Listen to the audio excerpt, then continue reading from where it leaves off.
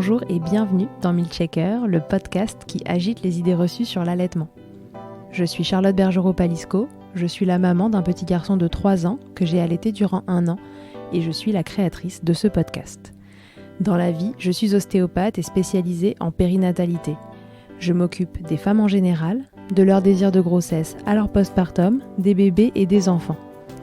J'accompagne spécifiquement certaines problématiques d'allaitement en libérant les bébés des tensions qui les empêchent de téter correctement, permettant un allaitement serein pour la mère et l'enfant. Au fil des consultations, je me suis rendu compte que le principal frein à l'allaitement, c'était le manque d'informations, de partage d'expériences et de vécu dans une société où l'allaitement n'est pas une norme. Je vous propose donc d'interroger avec moi des mères et des pères sur leurs expériences, mais aussi de vous informer auprès de professionnels spécialisés en allaitement. Mon objectif est simple, vous informer, vous donner des clés pour faire des choix en conscience, banaliser l'allaitement sous toutes ses formes, vous le rendre plus accessible, plus facile et alimenter ce fameux village dont on a tant besoin pour élever un enfant. Avez-vous déjà entendu parler de douleurs au mamelon durant le syndrome prémenstruel ? Le SPM, comme on l'appelle de son petit nom, est l'ensemble des symptômes qu'on peut ressentir avant l'arrivée des règles, et ce n'est pas toujours drôle. Pour Rachel, qui allaite son petit garçon, cela se fixe sur ses seins durant les tétés. Des douleurs insupportables qui vont jusqu'à l'aversion, alors que son souhait est de continuer d'allaiter, et qui lui font envisager le sevrage de son bambin. Comment a-t-elle compris ce qui lui arrivait, d'où viennent ces douleurs, et qu'a-t-elle pu mettre en place pour y remédier ? On parlera aussi dans cet épisode allaitement et parcours de procréation médicalement assistée, car Rachel entame son 2e parcours PMA avec son conjoint. L'allaitement et ses parcours sont-ils compatibles ? Comment s'est-elle renseignée ? Quel choix a-t-elle fait ? Je vous laisse découvrir son histoire. Belle écoute. Salut Rachel, bienvenue dans Milkshaker. Merci beaucoup, salut. Rachel, est-ce que tu peux nous dire qui tu es, combien tu as d'enfants et ce que tu fais dans la vie ? Oui, bien sûr. Je suis Rachel, je suis accompagnante en périnatalité. J'ai un centre de soutien à la parentalité dans mon village, proche de Strasbourg. Et je suis maman d'un petit garçon de 23 mois que j'ai eu grâce à une FIV. Donc ton petit garçon est allaité ou a été allaité ? Il est toujours allaité depuis 23 mois maintenant. Rachel, est-ce que avant d'allaiter, tu avais une vision particulière de ce que c'était que l'allaitement ? Est-ce que pour toi, c'était quelque chose qui devait se faire ou est-ce que tu t'es laissé porter par l'arrivée de cet enfant et ça s'est mis en place assez naturellement ? Pour moi, l'allaitement, c'était quelque chose de logique. C'était la suite logique de ma grossesse et de tout notre parcours.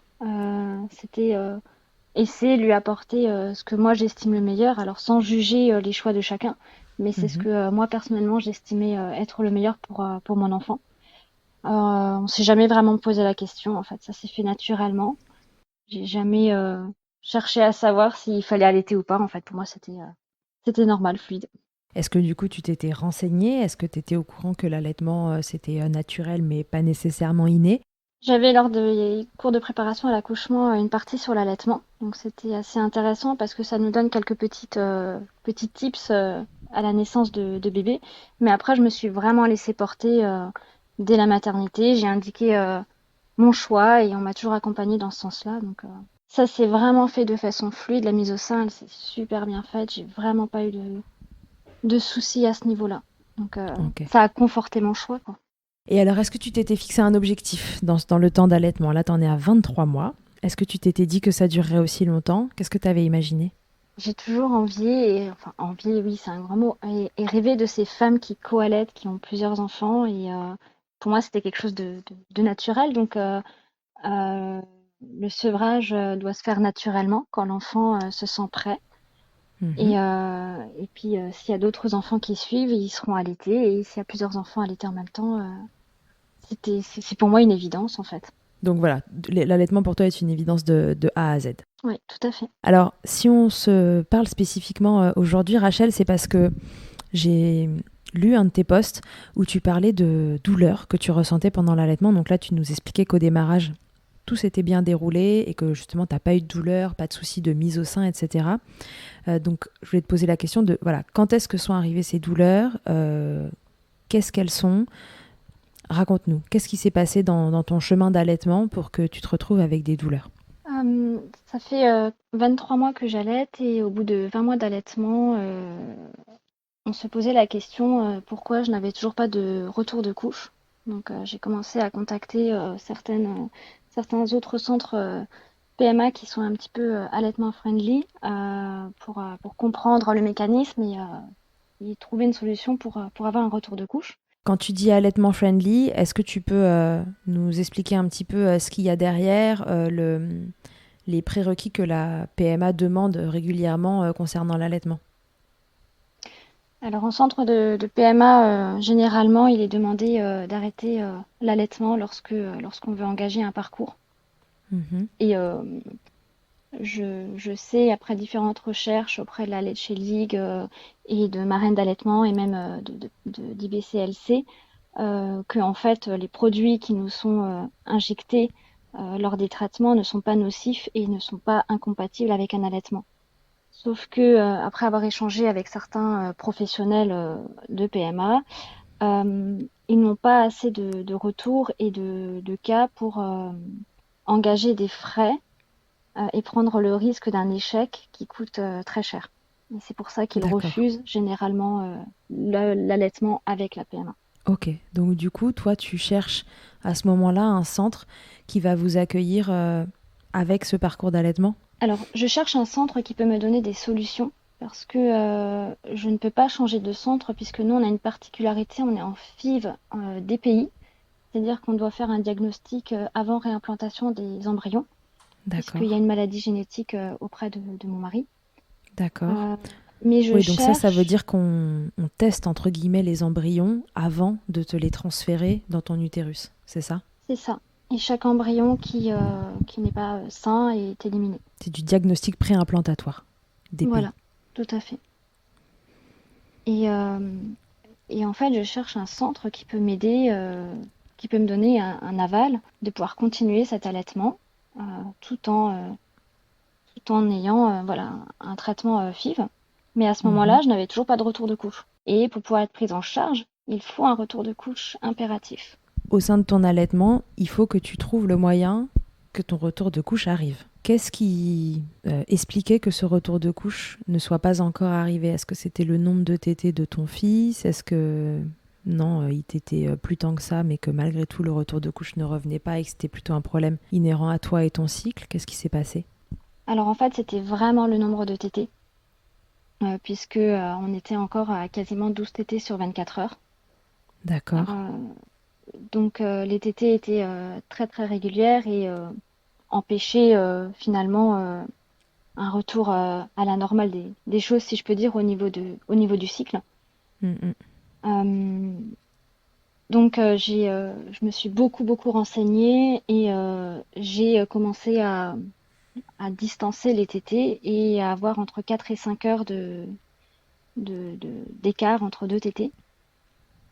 Puisqu'on dit qu'au-delà de 4 heures, il peut du coup, enfin, il n'y a plus cette méthode naturelle de contraception par l'allaitement oui. qui est, qui est pratiquement sûre, si on peut dire, c'est pas non plus à Ouais. 100%. Donc j'ai tenté le coup. Mhm. Et en même temps, je contactais ce centre de PMA pour faire des analyses et pour me prescrire des médicaments qui pourraient me provoquer ce retour de couche. Ok, donc du coup, tu es venu te heurter, entre guillemets, au semi-sevrage d'un bambin, finalement, parce qu'il a fallu différer des tétés très régulièrement avec un bambin qui avait l'habitude de téter 12 fois par 24 heures. Est-ce que ça a Ouais. été facile à mettre en place? Ça a été assez facile au niveau des journées parce qu'on peut facilement détourner l'attention. Ouais. Les nuits, ça a été compliqué, donc j'ai abandonné et les nuits, ils continuent de téter régulièrement. Finalement, d'avoir espacé en journée a suffi. Donc au bout de combien de temps de, comment on dit, de différement, de différage, enfin, j'en sais rien, mais de tétés, est-ce que ton retour de couche pointe son nez? À peu près un mois après.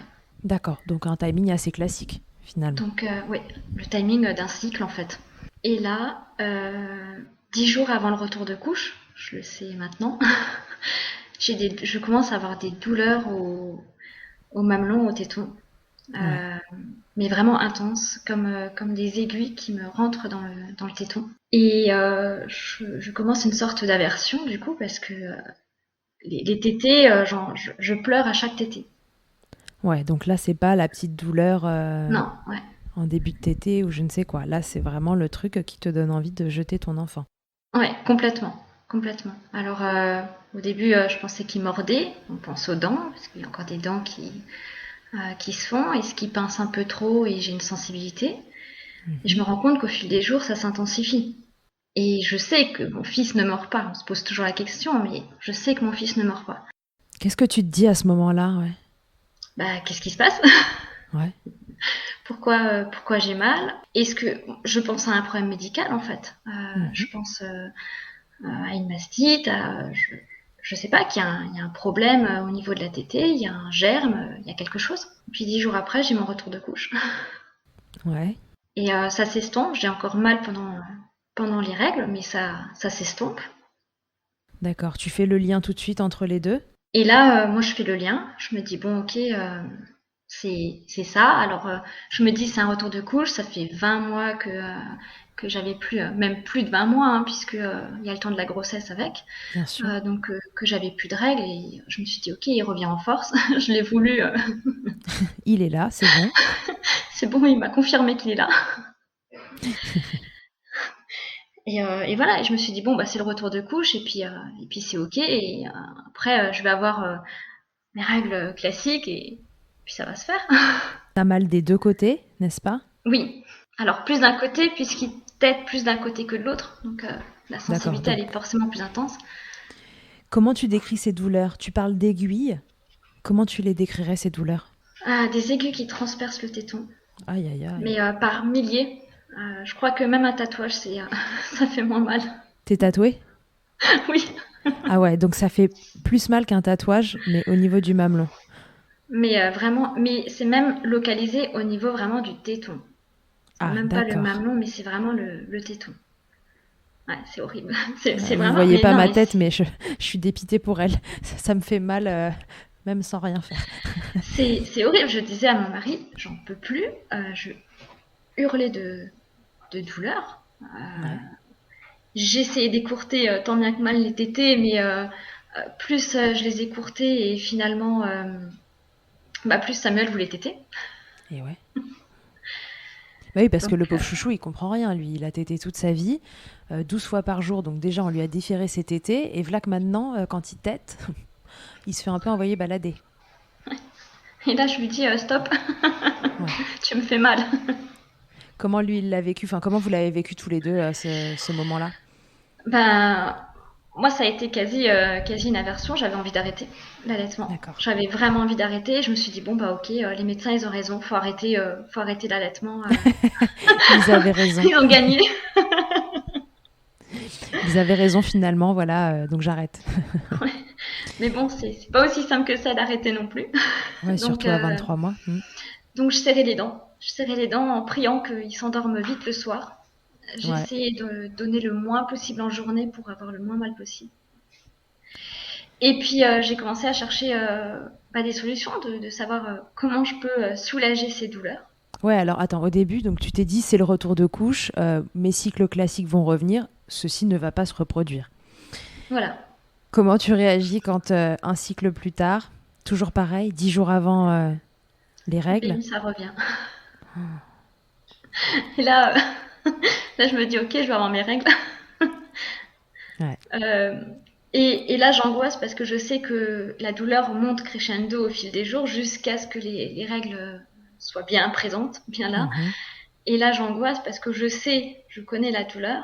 Ouais. Donc, bah, ça cogite, quoi. Hein. On se dit, ok, s'est reparti pour 10 jours, Ok, ouais, donc voire plus, là, parce qu'avec le syndrome des ovaires polykystiques, voilà, je sais pas si c'est 10 jours, puisque c'était sur le premier cycle 10 jours, quoi. ouais, d'accord. Là, mais tu sais pas, oui. Tu sais pas si cette fois-ci ça va être plus que ça. Donc là, tu te dis, bon, bah, c'est acté, c'est sûr, c'est lié au retour de mes règles. Donc là, la dernière fois, c'était le retour de couche, mais là, c'est la même chose. Donc tu te dis, ça va être comme ça tous les mois jusqu'à ce que, Oui, bah, en fait, au plus vite, tu retombes enceinte puisque tu rentres dans ce parcours de PMA pour la deuxième fois. oui, Donc ça fait 3 mois que c'est comme ça. c'est ça. Ça fait 3 mois que, voilà, avant avant chaque menstruation, j'ai le droit à un pic de douleur intense. Ok, comment tu le gères du coup? La deuxième fois, tu te laisses porter et tu commences à chercher des informations. Qu'est-ce que tu mets en place? Bah, la deuxième fois, je me dis, bon, bah, c'est pas de sa faute, et puis il doit pas subir, donc je serre les dents et je prie pour que pendant ces moments-là, les tétés soient le moins longs possible. Ouais. Et en parallèle, je commence à contacter des personnes. Alors, j'avais rendez-vous chez un gynécologue pour certains examens de PMA, donc je lui pose la question. Il me dit que ça peut pas être lié à un éventuel retour de couche ou menstruation. Donc, lui, il me dit qu'il n'y a aucune corrélation et qu'il n'y a aucune possibilité d'avoir ce genre de symptômes. Ah oui, donc il était catégorique. Donc, pour lui, c'est mon bébé, c'est une sensibilité à force de téter. Sauf que toi, t'es dans le milieu, tu sais très bien que c'est pas le cas.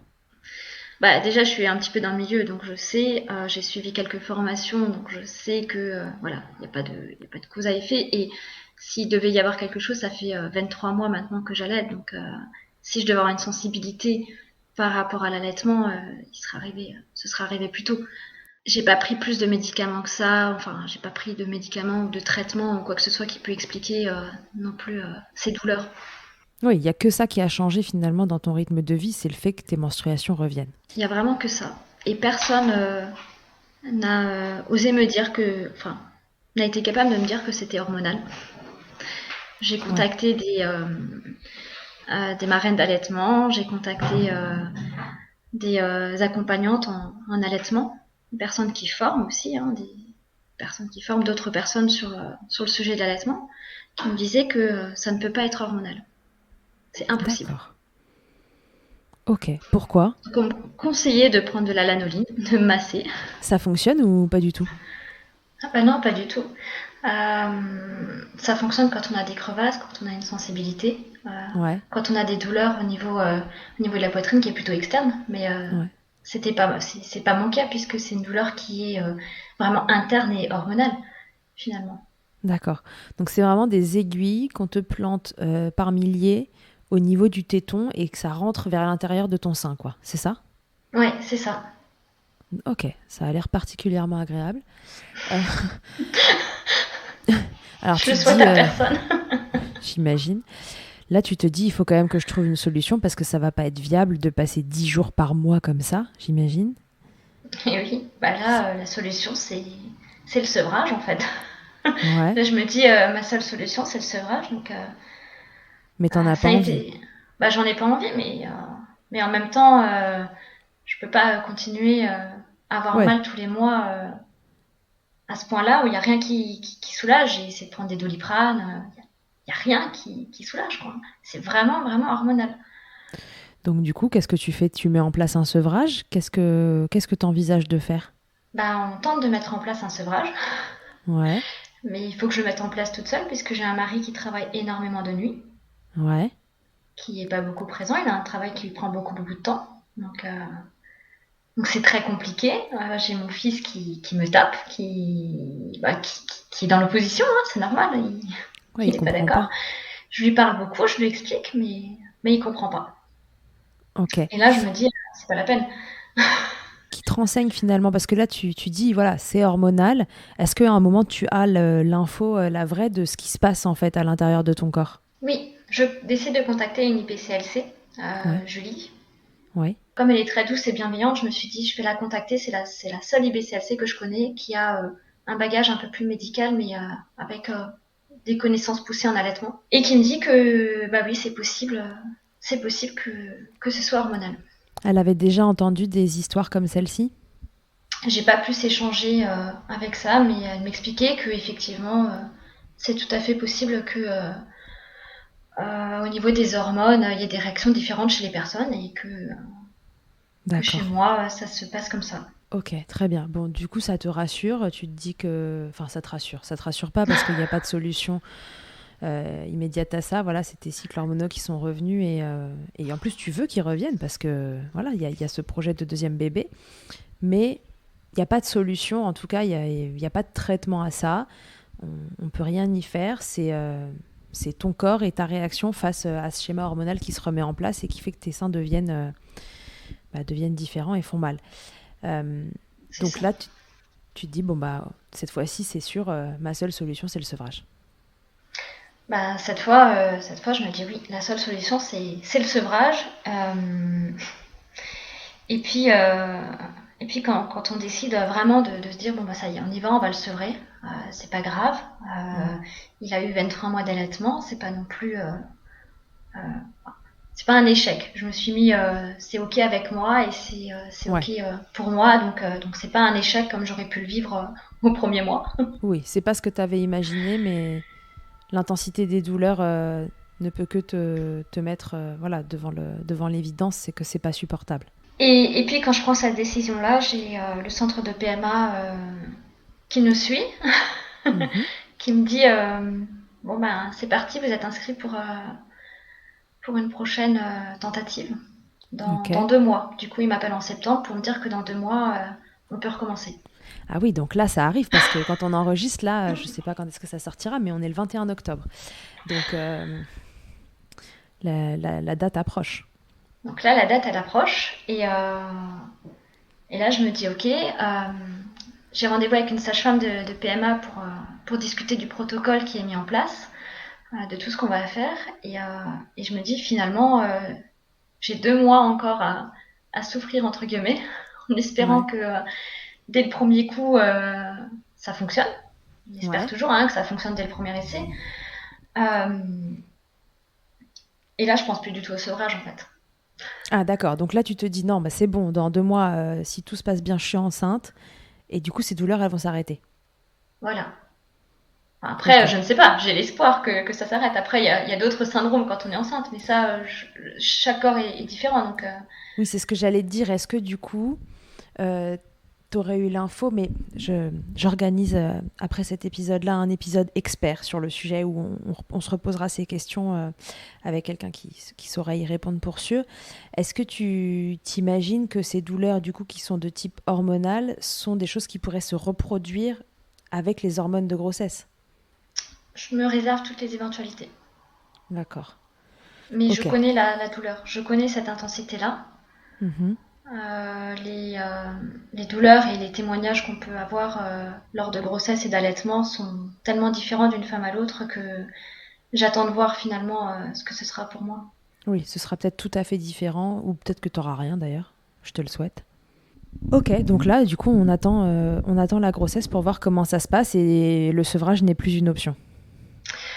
Bah là, là du coup avec le protocole qui a été décidé, on m'a mis sous pilule puisque j'ai le syndrome des ovaires polykystiques, qui lui de toute façon crée un dérèglement hormonal Ouais. quelque part je me dis si ça se trouve c'est aussi ce syndrome-là qui fait que 10 jours avant mes règles finalement bah, ça explose au niveau des Oui. hormones et que j'ai ces douleurs-là que d'autres Mhm. n'ont pas. Les syndromes prémenstruels sont quand même très fréquents et douloureux sous différentes formes chez les personnes qui ont un SOPK. Donc là, avec le protocole qui est décidé, on a décidé de me mettre sous pilule. D'accord. Et là, tu as peut-être l'espoir finalement que sous pilule, ça s'arrange déjà. C'est ça, parce que la pilule, c'est plus vraiment. C'est de l'hormone de synthèse et c'est des menstruations de synthèse. Enfin, c'est des règles anniversaires, c'est pas des vraies règles. Donc, je sais pas du tout comment mon corps va réagir. Ok. Et il disait même que, puisque je reprends le traitement 4 jours après l'arrêt de la pilule, Ouais. je peux même reprendre sans avoir de règles du coup. Ouais, donc là, bon, bah, point d'interrogation sur la suite, bah, faudra que tu nous racontes. J'imagine que tu le raconteras sur ton compte et que on pourra suivre tout ça au moins par écrit. De toute façon, oui. Alors, ce que je peux dire, c'est qu'on est le 21 octobre, que Mm. j'arrête la pilule dans 8 jours et que pour Ouais. l'instant, j'ai rien. D'accord. Donc là, tout le monde croise bien fort les doigts, ok. Et alors, ton mari, au milieu de tout ça, qu'est-ce qu'il pense de tout ça, de ces douleurs, de ce que ça t'impose à toi? Est-ce qu'il a un avis sur la question ou est-ce que simplement il te suit et il fait en fonction de toi? Il est plutôt en soutien. Il n'a pas vraiment d'avis. Il me dit toujours, moi, le corps médical, je m'y connais pas. Moi, mon Ouais. métier, c'est avec les mains. Mhm. Euh, il est plutôt à me soutenir et à suivre mes choix. On s'est jamais rien imposé, ça a toujours été une évidence, l'allaitement pour tous les deux. Pas toujours pour les mêmes raisons, mais du coup, il est vraiment dans le soutien. Et quand je lui ai demandé, enfin, quand je lui parlais de sevrage, il était dans ce soutien-là aussi. Il a jamais remis en cause quoi que ce soit. Ouais. Et malheureusement, tu disais, il n'est pas là la nuit, et c'était la nuit que c'était le plus difficile. Donc, c'est ça aussi qui a mis un frein à cet éventuel sevrage, parce que il te fallait un copilote avec toi la nuit. Oui, oui, le sevrage seul d'une mère allaitante est difficile puisqu'il y a toujours cette odeur de lait qui est présente et qu'on Ouais, peut pas, qu'on refuse. Donc c'est une frustration encore supplémentaire pour l'enfant. bien sûr. Et à 23 mois, on sait que ils ont des frustrations qui sont déjà importantes autour des 2 ans. Ah Là, on oui. leur impose quelque chose. Enfin, en tout cas, moi, à mon fils, je lui impose quelque chose qui est hardcore, quoi. Ouais. Ouais, ouais, je comprends. Ouais, ouais. Bon, donc du coup, finalement, ça t'arrange bien que ce protocole recommence rapidement, et de te dire que tu as la perspective de quelque chose de peut-être mieux, peut-être pas mieux, mais en tout cas de différent. On espère et on va se laisser porter. Et je garde en tête que je peux toujours être amenée à sevrer. Voilà, ça reste dans un coin de ma tête, dans le cas où. Ok. Rien n'est gagné, rien n'est perdu, et puis c'est le temps qui me dira. Qu'est-ce que tu aimerais dire à des mamans qui nous écoutent et qui éventuellement voilà, pourraient ressentir ces douleurs ou quelque chose de similaire? Qu'est-ce que tu as tiré de ton expérience d'allaitement et de cette expérience-là, précisément sur cette période? Qu'est-ce qui pourrait les aider, ces mamans? Tu Moi, voudrais j'ai juste leur sur... dire que ça existe déjà, Bah, surtout. déjà, voilà, que ça Mm. existe, qu'on ne dise pas que c'est des symptômes fantômes ou des sensibilités. Oui, les sensibilités existent, mais j'ai surtout envie de dire à ces personnes de se faire confiance et de s'écouter. Euh, on sait au fond de nous ce que c'est. Il faut juste voilà, s'écouter et savoir s'ouvrir à soi. Quand il arrive quelque chose et qu'au fond de nous, on sait que c'est ça, et il faut continuer à se battre pour avoir les bons renseignements. J'ai jamais trouvé ça normal. Je me suis renseignée un petit peu partout jusqu'à ce qu'on me dise bah oui, c'est possible. Ouais. Et en fait, c'est comme pour tout dans la vie. Faut juste continuer à se battre tant qu'on sent qu'on n'a pas son problème qui est résolu. Ouais. Ou en tout cas qu'on Tant n'a qu'on n'a pas pas la une solution. réponse à la question. Ouais.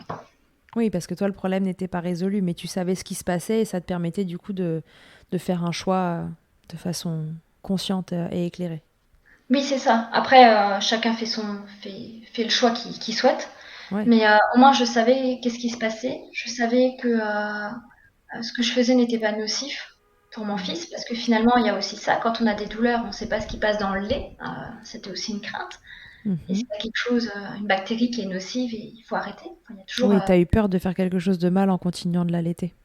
et oui, il y a toujours toutes ces questions-là, forcément. Ouais, donc le message, c'est voilà, ces douleurs-là existent. Si vous êtes dans ce cas-là, bon, voilà, espérons que cet épisode vous apporte un bout de solution. Encore une fois, je me charge de faire un épisode expert sur ce sujet-là pour qu'on puisse voilà, un peu plus détailler les mécanismes et voir s'il y a des bouts de solution. Mais c'est voilà, ça existe. A priori, il y a une origine hormonale. Et bon, visiblement, en tout cas, dans ton cas, il n'y a pas grand-chose à faire. Après, on fait ses choix en fonction de ce qui est acceptable ou pas acceptable pour soi-même et pour son bébé. Oui, tout à fait. Ok. Et si on a un Bon, doute, contacter une BCLC of plutôt qu'une course. accompagnante. L'accompagnante, elle peut aider à la mise en place d'un allaitement, à un sevrage. Elle peut accompagner, mais quand il y a vraiment quelque chose, une douleur ou un doute, c'est l'IBCLC qui doit prendre vraiment le relais. Ouais, bien sûr, on ne le dira jamais assez. Hein, euh, toutes les personnes qui satellitent autour de vous, en pré, en postpartum, pendant l'allaitement, peuvent toutes être d'une grande aide pour votre allaitement, d'un bon accompagnement. Mais quand il y a une problématique un peu plus spécifique, vous trouverez pas mieux que les consultantes en lactation IBCLC, voilà, qui sont surformées sur le sujet et qui, a priori, voilà, ont ces connaissances bien spécifiques que les autres ne peuvent pas avoir parce que tout simplement, c'est pas leur métier. Donc, bon, voilà, on ne leur dira jamais assez, mais si vous avez une galère avec votre allaitement, appelez une IBCLC. Bien, bien. Est-ce qu'il y a autre chose que tu aimerais nous dire sur ce sujet-là? Je souhaitais parler un petit peu de la PMA. Je Ouais, souhaitais éventuellement en parler aussi, si on peut bien sûr. en profiter, parce qu'on est de plus en plus nombreux finalement à être dans des parcours de PMA. On se rend Tout à compte fait. en étant sur les réseaux que on n'est pas des cas isolés et que les places deviennent chères en fait. Les Ouais. places deviennent très chères. Et quand on est une maman allaitante, on est rarement accepté en protocole de PMA. J'ai fait le choix et c'est un choix en pleine conscience. C'est pas forcément un choix que je vais conseiller et je dirais jamais explicitement à quelqu'un tu peux continuer à allaiter tout en reprenant un parcours de PMA. Mhm. Mais par contre, quand on s'est renseigné et qu'on fait faut qu'on fasse son propre choix. Moi, j'ai fait le choix de continuer d'allaiter tout en reprenant un protocole qui est quand même lourd parce qu'une FIV, c'est des injections tous les jours d'hormones, voire 2, 3 injections vers la fin, plus un déclenchement, plus une anesthésie générale pour une ponction des ovocytes. Donc, Ouais. c'est pas un parcours anodin. Non, pas du tout. Mais je me suis énormément renseignée parce qu'il était hors de question de transmettre quelque chose de nocif à mon fils en reprenant un parcours PMA pour égoïstement vouloir un deuxième enfant. Parce que Oui. finalement, c'est un petit peu ça quand même par rapport au premier qui allaitait. Euh, Aujourd'hui, il n'y a aucune étude qui dit que c'est nocif ou pas nocif, en fait. Aujourd'hui, on va avoir la Léché Ligue qui va nous dire que tous les traitements sont, j'ai plus le mot, qui sont ok en fait avec un allaitement, Ouais. y a rien ou très peu qui passe dans le lait, Ok. que le vrai gros risque, ça va surtout être une baisse de lactation en fait. Mhm. Donc, selon l'âge de l'enfant, finalement, l'impact il est minime. Moi, à 2 ans, c'est pas dramatique. Il n'a pas 3 mois. Les professionnels de santé, ils vont refuser systématiquement une maman allaitante qui part en parcours PMA parce que il faut savoir qu'une PMA, ça coûte en moyenne entre 10 et 20 000 euros, Mhm. puisqu'il y a des biologistes, il y a les anesthésistes, il y a Ouais, tous il y les a toute une médecins, équipe et derrière. c'est ça. Et ils ne prennent pas le risque d'un échec quand il y a un allaitement parce que l'allaitement peut créer un échec. Ça peut. D'accord. Ça ne veut pas dire que c'est dans 100% des cas, puisqu'un échec il peut arriver sans allaitement et 100% des tentatives, il n'y a pas 100% de grossesse. Et ça augmenterait, selon tes connaissances, le risque de fausse couche Non, ou d'échec de mise en place. en fait, ce qui se passe souvent quand il y a un allaitement qui est en place et qui est bien en place, l'endomètre il est plus fin D'accord. que lorsqu'il y a plus d'allaitement, puisque l'allaitement va inhiber un petit peu tout ce mécanisme de reproduction, puisque normalement Ouais. dans la nature, tant qu'on allaite, on ne reproduit pas. Mm. Et j'en discutais avec un gynécologue je lui ai demandé pourquoi en fait. Et il m'expliquait que l'endomètre est souvent plus fin et donc il n'est pas accueillant. Ouais. Il ne permet pas d'accueillir un embryon. Et donc dans ces cas-là, les traitements risquent d'être plus lourds, donc plus longs, plus coûteux. Donc ils ne le font pas. Et puis Ok. après, on sait pas, on ne connaît pas aujourd'hui les pourcentages de réussite et d'échec de Ouais. maman allaitante parce qu'il n'y a pas de. Enfin, euh, on n'a pas les budgets pour faire des études de toute façon. De toute façon, Bien sûr. sur l'allaitement et les mamans allaitantes, quel que soit le médicament, Oui. Il n'y a pas. il n'y a, pas Il de- n'y a pas y a pas de beaucoup. budget. Hmm. C'est rare. Ok. Ouais, donc voilà, mettre la lumière sur ce parcours PMA et l'impact éventuel de l'allaitement. Toi, du coup, tu as fait le choix en fait de pas dire que tu continuais d'allaiter. Oui, moi j'ai fait le choix de ne pas le dire, après m'être renseignée et en pleine conscience. Euh, les personnes qui veulent faire ce choix-là, il faut qu'elles le fassent après s'être renseignées partout. Alors, Ouais. ne posez pas la question à la PMA directement, parce que sinon, après, forcément, ils vont émettre un doute si on revient un mois après en se disant c'est bon. Ouais. En fait, moi, j'ai rien dit du tout. J'ai juste appelé en disant que voilà, j'ai eu mon retour de couche, sans leur indiquer quand je l'ai eu, parce qu'ils ne demandent pas quand il est arrivé. D'accord. Puis j'ai attendu d'avoir un deuxième cycle pour me réinscrire, pour être sûre, parce qu'on peut avoir un retour de couche et finalement ne plus rien avoir, ça arrive aussi. Hein. Mhm. Donc j'ai Bien attendu sûr. un deuxième cycle. Et puis en attendant, je me suis vraiment renseignée, on en a discuté avec mon mari, parce qu'il fallait qu'il soit Mhm. d'accord aussi que je fasse tout ça. Et c'est après toutes les prises de renseignements, et c'est aussi, je pense, spécifique aux pathologies de chacun. Je pense qu'il faut pas oublier le côté pathologique. Ouais, chacun Ouais. après fait ses choix en fonction de sa propre situation. Toi, tu as fait celui-là, mais voilà, tu voulais juste alerter sur le fait que tout était éventuellement possible. Voilà, c'est ça. C'est éventuellement possible, mais il faut s'armer et il faut vraiment se renseigner avant Ok. sur sa situation propre. Ok, et ben voilà, ce sera l'occasion d'un deuxième ou peut-être qu'on fera tout dans le même épisode en fonction de la personne que je reçois comme expert. Mais voilà, on parlera dans un épisode promis de PMA, de grossesse et d'allaitement, de l'allaitement et de ses douleurs autour du cycle menstruel, histoire d'essayer de comprendre un peu les mécanismes et voilà, et vous orienter parce que les questions sur l'allaitement et la grossesse reviennent quand même régulièrement. Je crois qu'il y a aussi beaucoup d'idées reçues qui circulent sur le domaine. Donc, promis, Milkshaker va s'agiter pour vous répondre. Rachel, est-ce que tu veux répondre à mon interview Fast Milk avant qu'on se quitte? Oui, bien sûr. Alors, Rachel, quelle est ta tétée la plus insolite? La tétée la plus insolite, ça a été dans le coffre de ma voiture. Dans le coffre? Pourquoi? Il y a la tétée dans le cosy, ça c'est assez classique, un truc insolite, mais pourquoi dans le coffre? Qu'est-ce que tu faisais dans ton coffre? Ça roulait? On était en vacances et c'était cet été et Covid oblige, on a eu la deuxième dose de vaccin, mais on n'avait pas encore le pass sanitaire actif. Donc il fallait manger à emporter dans le coffre. Et il y a eu une urgence tétée, donc D'accord, donc pique-nique dans le coffre, tétée dans le coffre. voilà. Je crois que tu roulais, toi dans le coffre, le bébé. Je me suis dit, oh là là là, attends, là on va se faire attaquer. Histoire de bébé en danger. Je me suis dit, attends, je vais couper ça au montage. Non, je plaisante. Le truc le plus glamour qu'il t'ait été donné de vivre durant ton allaitement, Rachel?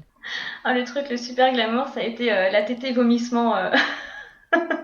Il t'a vomi dessus en même temps qu'il t'était? Il a tété et puis c'est remonté tout de suite. Et le sein a été tapissé de. Régurgitation. Voilà, oui. Non, non, non, non, non, de vomi gastro. Ah, de bébé diversifié, tu veux dire? Oui, oui. Ah oui, d'accord, bonheur. Ah oui, ok. Ah oui, donc c'est comme quand t'as Odeur la et. gerbe et que tu bois un verre d'eau, ça ressort, quoi, c'est ça? Voilà. Voilà, c'est ça, ouais, c'est ça. Ah, ok, super. Bonheur de Glamour, l'odeur. en effet. Alors, là, glamour de dingue. Ta position préférée dans le Kama Sutra de l'allaitement, c'est quoi? Ah, la position classique. Hein. Ou la madone, ouais. Dans Ok. mes bras, tout lové. Et si en un mot, tu pouvais me résumer ton allaitement, tu me dirais quoi? Le bonheur. Parfait. Eh ben, super. On va se quitter là-dessus. Merci Rachel d'avoir accepté de témoigner dans Milkshaker. Ton histoire m'intéressait, c'était pas un truc que j'avais entendu régulièrement, c'est quand même relativement rare, j'ai l'impression, cette histoire de douleur au début des cycles. Est-ce qu'il y a un lien avec ce syndrome des ovaires polykystiques? Est-ce qu'il n'y en a pas? Voilà, encore une fois, on essaiera d'approfondir ce sujet-là avec un pro. Mais merci d'avoir confié ton histoire. Je pense qu'il y a peut-être des mamans qui se retrouveront dedans, qui l'ont connu, peut-être à moindre mesure, mais qui connaissent ça et que ça pourra rassurer. Alors c'est cool d'avoir que tu aies pu raconter ton histoire autour de ça. Merci beaucoup. Et puis voilà, la suite de cette histoire-là, tu nous la racontes sur ton compte ou tu repasses ici si tu as envie de nous dire comment ça se passe quand ta grossesse s'enclenche. Je te le souhaite le plus vite possible et surtout que tu sois tranquille, que tu n'aies pas d'aversion à l'allaitement pendant la grossesse et que ton projet puisse aller là où tu le souhaites, à savoir co-allaiter tes bébés après quand ils sont là tous les deux. Nous, on va aller chercher les infos côté physiologie pour comprendre un peu ce qui s'est passé dans tes seins et dans ton corps. Avec plaisir. Merci de m'avoir accueilli. Mais de rien, avec grand plaisir. Et puis à tous et à toutes, je vous dis à très bientôt dans Milkshaker. Que ce soit votre première écoute ou que Milkshaker vous accompagne régulièrement, merci beaucoup d'avoir écouté cet épisode. Si vous aimez ce podcast et que vous souhaitez le soutenir, c'est très simple. Notez-le, abonnez-vous, mettez un commentaire avec 5 étoiles de préférence en fonction de votre plateforme d'écoute et surtout partagez-le sur les réseaux sociaux @milkshakerpodcast pour le faire connaître. Pour suivre l'actualité du podcast, ça se passe sur le compte Instagram du même nom ou sur mon site internet charlotte-bergerot.fr où vous trouverez tous les épisodes. Vous pourrez désormais y faire un don si vous souhaitez soutenir Milkshaker. On se quitte encore et toujours avec Emma et son titre Blinded qu'elle a écrit et composé en collaboration avec Nemen. Je vous dis à très vite pour un nouvel épisode et d'ici là, n'oubliez pas, prenez soin de vous, milkshakez autant que vous le voudrez et bousculons ensemble les idées reçues sur l'allaitement maternel.